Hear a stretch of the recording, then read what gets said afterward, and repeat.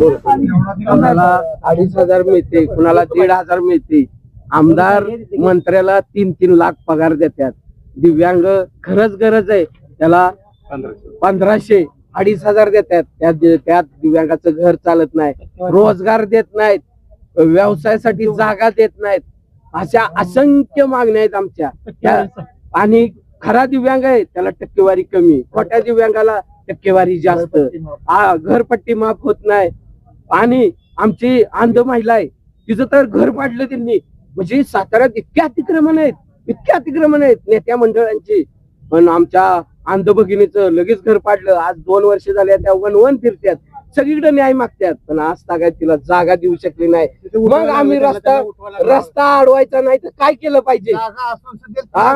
शासनाकडे जागा आहे, 48 दिव्यांगाचे प्रस्ताव आहेत, पण आज तागायत एकाही दिव्यांगाला जागा दिली नाही. मग शासन निर्णय काढायचा कशाला?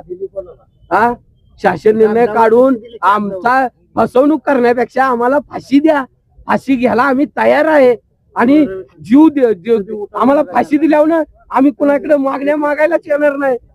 धन्यवाद. जागा नाही म्हणतात म्हणजे जागा गेली कुठं? पालकमंत्र्याच्या आजोबाला स्मारक बांधण्यासाठी ती जागा तिकडे आहे. आणि मग आम्ही अपंग व्यवसाय करण्यासाठी जागा मागतोय किंवा काय व्यवसाय करण्यासाठी आम्ही इथं नाही तुम्हाला काय भेटणार, इथं नाही कुठं काय भेटणार. मग आम्ही जगायचं बघले चला साहेबांबरोबर तुम्ही घ्या बघले.